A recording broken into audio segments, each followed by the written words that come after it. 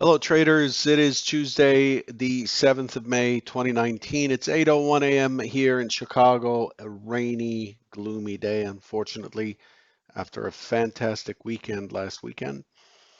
Derivatives trading involves substantial risk of loss and is not suitable for all investors. Past performance is not necessarily indicative of future results.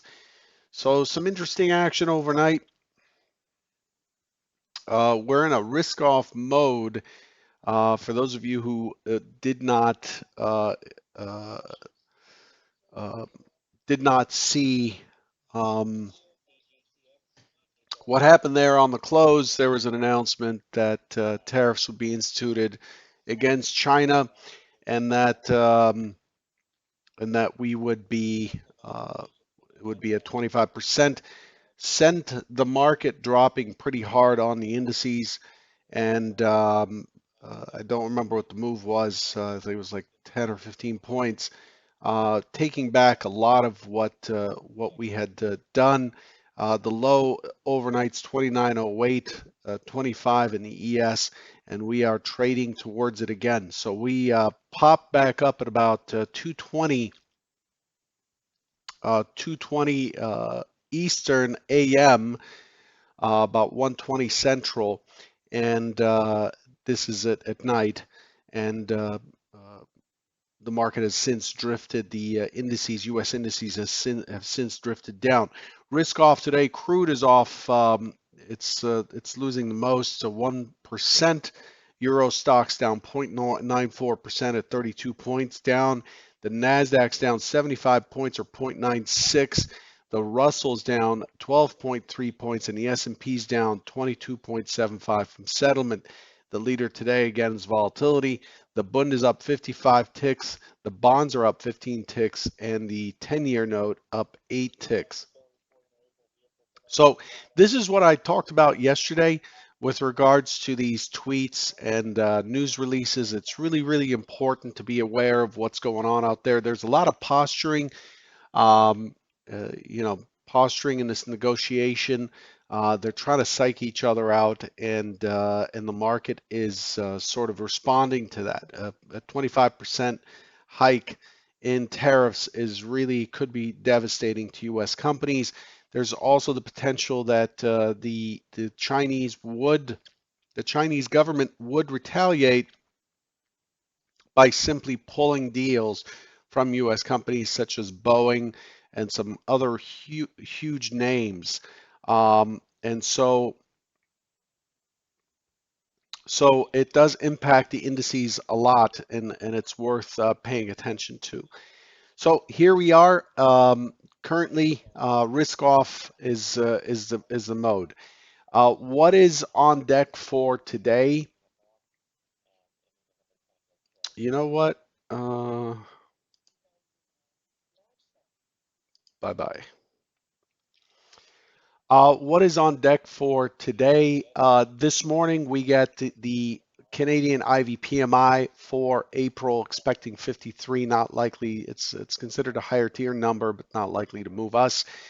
That happens at 10 Eastern, 10 a.m. Eastern. We get the U.S. job jolts openings. This is a listing of how many jobs are open in the U.S. Expecting 7.24 million. That comes out at 10 Eastern. IBD tip economic optimism. That's also another mid-tier number. We get Fed's quarrels at 11:35. We get a BOE speaker from Haldane at 12:30, and then the API numbers after the close. This evening, China releases its balance of trade for April. That comes out at 11 p.m. Eastern. Um, 11 p.m. Eastern.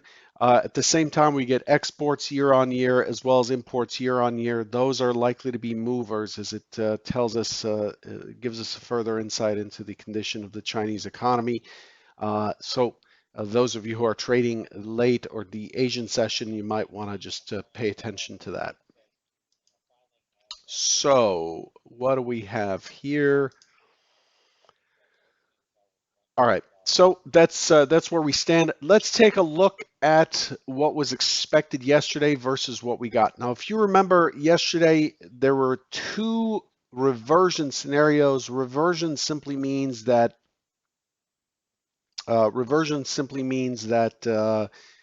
um, there's a uh, the market is likely to resume the auction that it was in before. Um, and so the expectation is for the market to rise up yesterday. You can see that scenario 1 and 3, we're looking for a rise up. Scenario 1 is an immediate push, an open auction that then becomes responsive. A few minutes into the session, we see that very commonly, and then gets tangled up at 29.15. This is a key area. Scenario 3 was an open test drive up. Drive is a key word here. Drive simply means that there's a higher time frame participant in there, or one or more, and it's likely to push quite a ways. So I was looking for 29.25 on scenario 3. Scenario 2 was the initiative, meaning initiating a move away from the most recent auction, meaning selling in this case. If we were gapping above, responsive would be selling and initiative would be buying. Since we're gapping below, responsive would be buying and initiative would be selling. I hope that makes sense.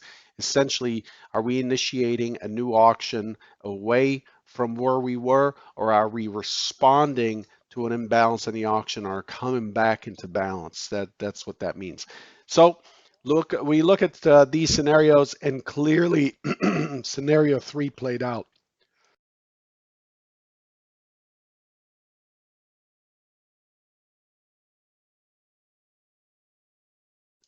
Sorry, I had to clear my throat. So clearly, scenario 3 played out. Here's what things look like. There it is.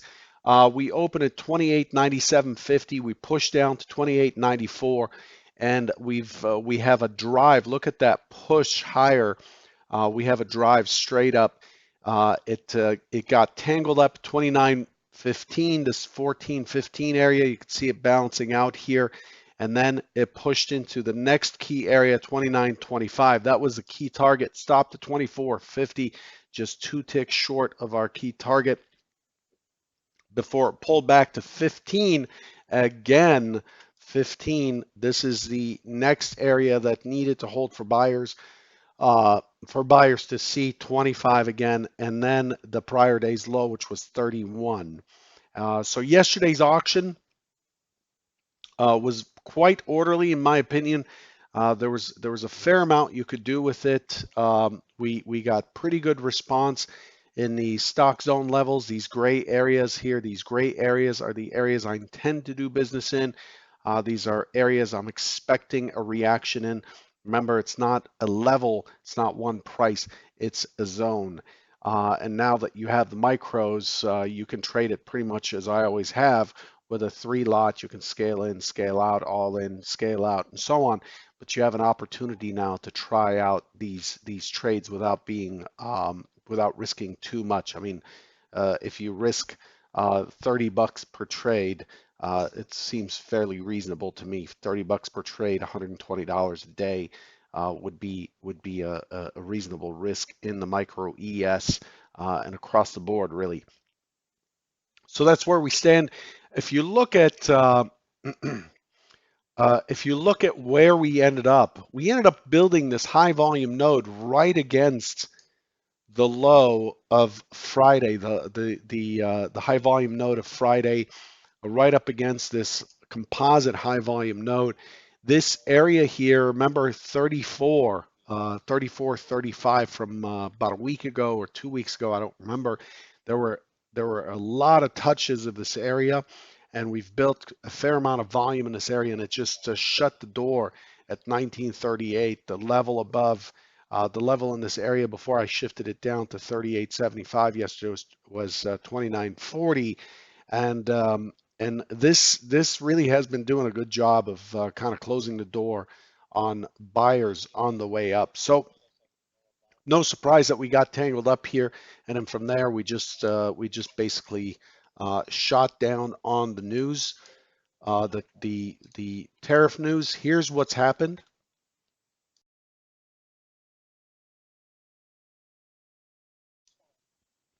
Here's what's happened. We opened back up and then boom, from 29.33 dropped to 29.09, and then the market just digested this for quite some time in the evening in the European session or the Asian session until about 1:20, where there was news. I just posted on Twitter where there was news that the Premier Liu was still going to join the delegation and make his way, Liu He, make his way to the negotiations that are taking place tomorrow and Thursday for this. Um, For, oh God, it's funny. It's like we're all adults, but